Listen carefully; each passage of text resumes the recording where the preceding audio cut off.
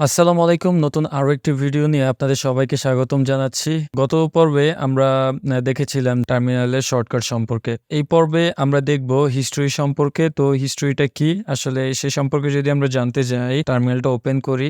Actually হিস্ট্রিটা হচ্ছে যে আমরা এ যাবৎকাল যতগুলো কমান্ড আমরা ইউজ করেছি, অনেক সময় এরকম হয় যে আমি আপনাদেরকে ভিডিও শেখাতে যেই কমান্ডগুলো আমি আপনাদেরকে দেখিয়েছি, অনেকেই আছেন এর মধ্যে যেগুলো ভুলে গিয়েছেন, যেগুলো পারবেন না বা পরবর্তীতে যদি সেই কমান্ডটি ইউজ করতে হয়, আপনাদের সেই আমার ভিডিওটি পুনরায় খুঁজে দেখা লাগবে যে আসলে কিভাবে আমি এই কমান্ডটা ইউজ করেছিলাম বা কোন কমান্ডটি ইউজ করেছিলাম। বা অনেক সময় এরকম হয় কাজের ক্ষেত্রেও যে একটা বড় কমান্ড লাইন আছে যেটা আপনি কাজ করার সময় করেছেন, বাট পরবর্তীতে আপনি টাইপ করতে চাচ্ছেন না বা আপনার মনে নেই। আপনি চাচ্ছেন যে আপনি তো এই সিস্টেমে বা আপনার এই ডিভাইসে ওই কমান্ডটা ইউজ করেছিলেন। দ্যাটস ওয়াই পরবর্তীতে যদি আপনি ওই কমান্ডটা আবার দেখতে চান তাহলে সেটা দেখতে পারবেন।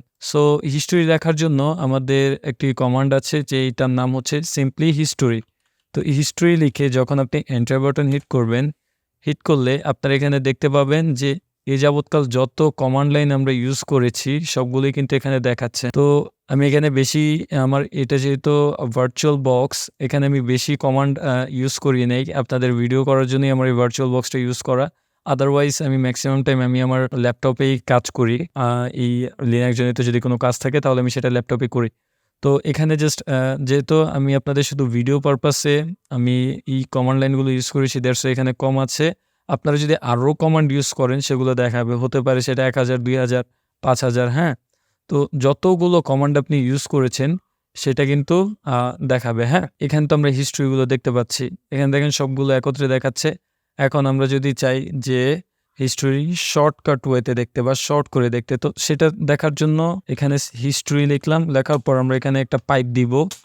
হ্যাঁ, এই পাইপটা আপনারা আমার কিবোর্ডের এন্টারের ওপরে যে বাটনটি আছে সেখানে পেয়েছি। তো এই পাইপলাইনটি পেয়েছি। এখন এখানে আমরা এই পাইপলাইন দেওয়ার পর LESS দিব। দেওয়ার পর এন্টার বাটন হিট করব। হিট করলে দেখতে পাবো যে আমাদের প্রম্পটের যে কালারটা বা প্রম্পটের যেই সিস্টেমটা এটা কিন্তু চেঞ্জ হয়ে গিয়েছে। হ্যাঁ, কালার চেঞ্জ হয়নি বাট সিস্টেমটা চেঞ্জ হয়ে গিয়েছে। অ্যাজ লাইক সিমিলার ন্যানোর মতো দেখাচ্ছে। এবং দেখেন এখানে কিন্তু আগের মতো কিন্তু ওভাবে হিস্ট্রি দেখাচ্ছে না। এখানে আমরা চাইলেও আগের মতো কিছু লিখতে পারতেছি না, বাট হিস্ট্রিগুলো শর্টকাটভাবে এখানে দেখাচ্ছে। তো এখানে দেখেন আমরা এ যাবৎকাল যতগুলো কমান্ড ইউজ করেছি সেগুলো কিন্তু এখানে আমাদের আছে। এখন দেখেন এখানে ১ নাম্বার লাইনে এই কমান্ডটা আছে যে ১ নাম্বারে আমরা ইউজ করেছিলাম হ্যালো, যেটা কমান্ড নট ফাউন্ড দেখাইছিল। এরপরে আমরা এই দেখেন সুডো আপডেট, হ্যাঁ? এই যে এই টাইপের আমরা হচ্ছে আমাদের সিস্টেমটাকে আপডেট করার জন্য এই কমান্ডটা ইউজ করেছিলাম। এখন আমরা চাচ্ছি যে এই কমান্ডটা আর ইউজ করব না। সেটার জন্য আমরা কি করতে পারি? সেটার জন্য এখান থেকে আমরা বের হয়ে যেতে পারি। তো সেখান থেকে বের হওয়ার জন্য এখানে কিউ বাটন প্রেস করলাম, বের হয়ে গেলাম, হ্যাঁ? এখন দেখেন আমরা কি দেখেছিলাম যে আমরা আবারও ওই কমান্ডটিতে যাই। আমরা চাচ্ছি যে এই ৫ নাম্বারের যে কমান্ডটা আছে বা ৫ নাম্বার লাইনে যে কমান্ডটা আছে সেটা আমরা ইউজ করতে, আমরা সিম্পলি এখান থেকে ডিরেক্ট আমরা ইউজ করব। তো সেটা কিভাবে করতে হয়? উইথআউট এনি টাইপে। তো দেখেন আমরা এখানেও দেখতে পাচ্ছি যে ৫ নাম্বার লাইনে আমাদের এই কোডটা আছে। এখন আমরা চাচ্ছি এই কোডটা আর টাইপ করব না। টাইপ না করতে চাইলে আমরা এই কোডটা এভাবে রান করতে পারি। সিম্পলি আমরা এই সাইনটা দিব। দেওয়ার পর আমরা যেই লাইনের কমান্ডটা ইউজ করতে চাচ্ছি সেই লাইন নাম্বারটা আমরা এখানে দিয়ে দিব। লাইক আমরা চাচ্ছি এখানে ৫ নাম্বার লাইনের কমান্ডটা ইউজ করতে। তো আমি এখানে সিম্পলি ৫ লিখলাম। লেখার পর এন্টার বাটন হিট করলাম। হিট করার পর দেখেন আমাদের এই কমান্ডটা কিন্তু এখন কাজ করতেছে। তো এই কমান্ডটা যখন কাজ করবে তখন আমাদের পাসওয়ার্ড চাবে স্বাভাবিক। তো আমি পাসওয়ার্ডটা দিলাম, এন্টার বাটন হিট করলাম। দেখেন আমার এই কমান্ডটা কিন্তু কাজ করেছে। এখন আমরা চাচ্ছি এখানে আমরা এই যে এই কমান্ডটা ইউজ করতে, হ্যাঁ? তো আচ্ছা, এটা তো কপি করলো। তো আমরা এখানে একটু যাই। গিয়ে আমরা লাইক এখানে ফাইল 2 নামের তো ফাইল নেই। কোনটা দেখানো যায়? আচ্ছা, এখানে দেখেন আমরা চাচ্ছি যে এই ২২ নাম্বার লাইনের যেই কমান্ডটা আছে সেটা ইউজ করতে। সো সেটা ইউজ করার জন্য আমরা আবারও এই সাইনটা দেওয়ার পর ২২ দিব, এন্টার বাটন হিট করব। দেখেন এই নামের যে ফোল্ডারগুলো আছে সেগুলো কিন্তু ক্রিয়েট হয়ে গিয়েছে। কিন্তু কথা হচ্ছে এগুলো এখানে দেখায় নাই কেন? বা এটা আমি আপনাদেরকে বারবার বলব না। এখানে দেখায় নাই এই কারণে, কারণ আমাদের টার্মিনালটা এখন হোম ডিরেক্টরিতে আছে। তো এটা যদি আমরা দেখতে চাই আমরা সিম্পলি ls দিব। সরি, এটা আমার একটা মিস্টেক হলো টাইপ করতে।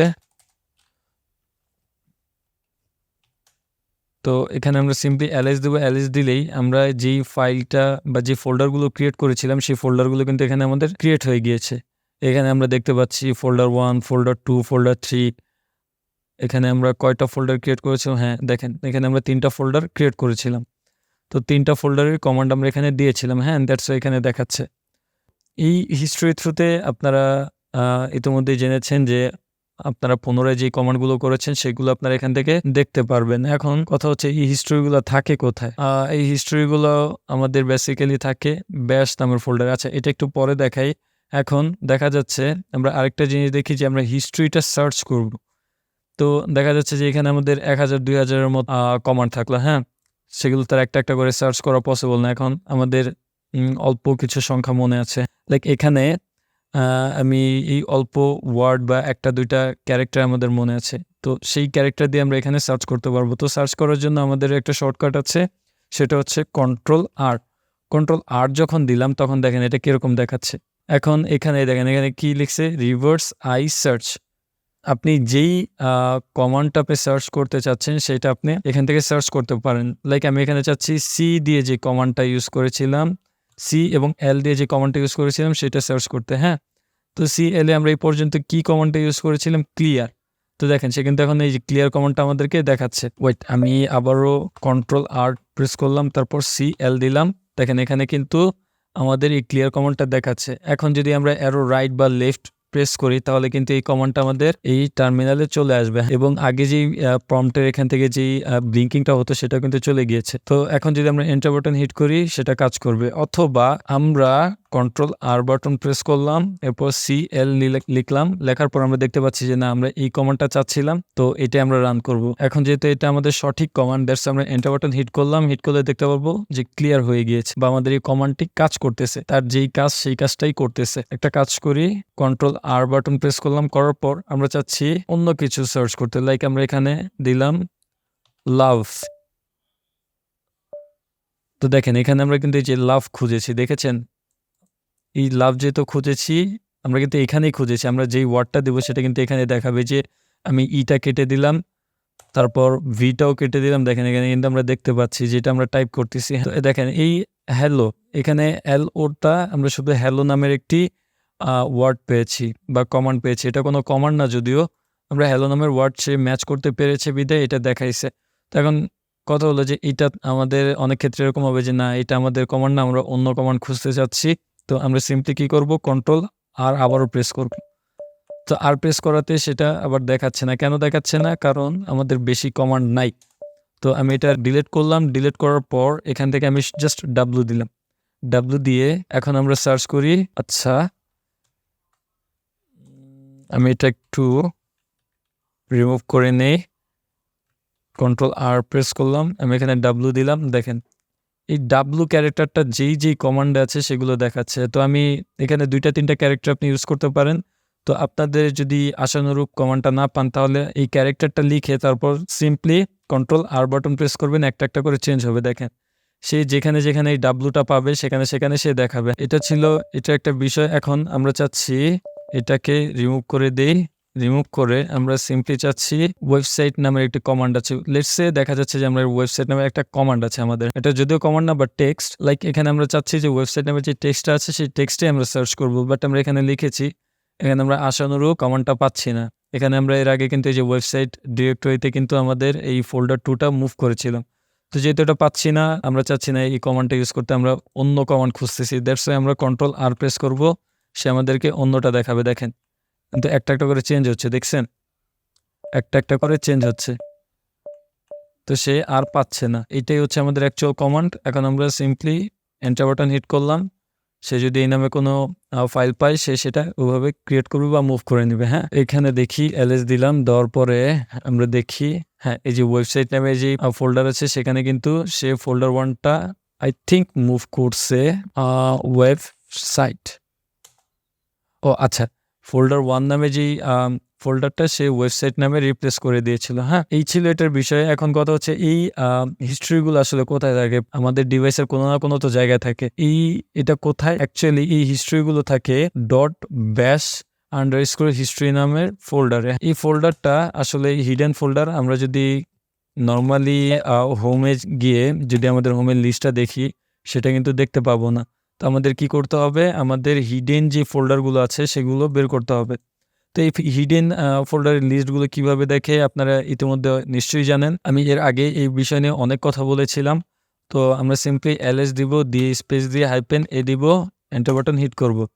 তো এখানে দেখতে পাবো যে আমাদের হিডেন ফোল্ডার বা ডিরেক্টরি সহ যেই ফোল্ডারগুলো ভিজিবল আছে সেগুলো সহ সবই দেখাচ্ছে। হ্যাঁ, তো এখানে আমরা দেখতে পাচ্ছি যে .bash_history। তো আমাদের এই যতগুলো কমান্ড আছে বা আমরা এ পর্যন্ত যতগুলো কমান্ড ইউজ করব সবগুলো এই ফাইলে জমা হয়ে যাবে। হ্যাঁ, তো এই ফাইলটা যদি আমরা দেখতে চাই তাহলে আমরা কি করব, সিম্পলি ন্যানো লিখলাম, ন্যানো লিখে .bash তারপর _history। হ্যাঁ, এরপর এন্টার বাটন হিট করলাম। দেখেন আমাদের কিন্তু এই যে এ পর্যন্ত যতগুলো কমান্ড ইউজ করেছি সেগুলো কিন্তু এখানে দেখাচ্ছে। এই যে লাস্টে আমরা কি করেছিলাম, এই যে হিস্টোরি, এই যতগুলোই এ পর্যন্ত কমান্ড ইউজ করেছি সেগুলো কিন্তু সেখানে দেখাচ্ছে বা এখানে সেভ রাখে, জমা রাখে। আমি এখান থেকে এক্সিট হই। এখন আপনাদের অনেকেরই প্রশ্ন আসতে পারে যে হিস্টোরি কতগুলো জমা রাখে। অ্যাকচুয়ালি বাই ডিফল্ট নির্দিষ্ট অ্যামাউন্টেরই জমা রাখে। আপনারা চাইলে এটাকে ইনক্রিজ বা ডিক্রিজ করতে পারেন। এই বাই ডিফল্ট কতগুলো হিস্টোরি জমা রাখে সেটা যদি আমরা দেখতে যাই তাহলে আমাদের আরও কিছু কমান্ড আছে। যেমন আমি এখানে সাইন দিলাম, সাইন দেওয়ার পর আমি এখানে একটা কাজ করি, হিস্টোরি লিখি। তো এই দেখেন আমরা এখানে একটা কাজ করি, আমরা এই কমান্ডটা এর আগেই ইউজ করেছিলাম, সেটা আমি আপনাদেরকে দেখাচ্ছি। লাইক এই যে আমরা এই কমান্ডটা ইউজ করেছিলাম। হ্যাঁ, এই হিস্ট্রি সাইজের জন্য বা হিস্ট্রি ফাইল সাইজ, হিস্ট্রি সাইজের জন্য আমরা এখান থেকে দেখতে পাবো। লাইক এখানে আমরা ইকো দিলাম, দেওয়ার পর এখানে আমরা হিস ফাইল সাইজ, এরপর এন্টার বাটন হিট করলাম। আচ্ছা, হিস হবে না, এখানে টিও বসবে। হ্যাঁ, হিস্ট ফাইল সাইজ, এরপর এন্টার বাটন হিট করলাম। সে এখানে বলতেছে যে 2000।